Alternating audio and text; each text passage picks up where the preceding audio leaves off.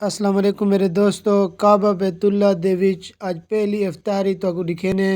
इफ्तारी को पहले प्रोग्राम दिखेने वत इंशाल्लाह जिमें इफ्तारी दा टाइम थी सी वत तोरे प्रोग्राम गिना सो इंशाल्लाह को शेयर करो ते काबा बैतुल्ला दी ज़ियारत।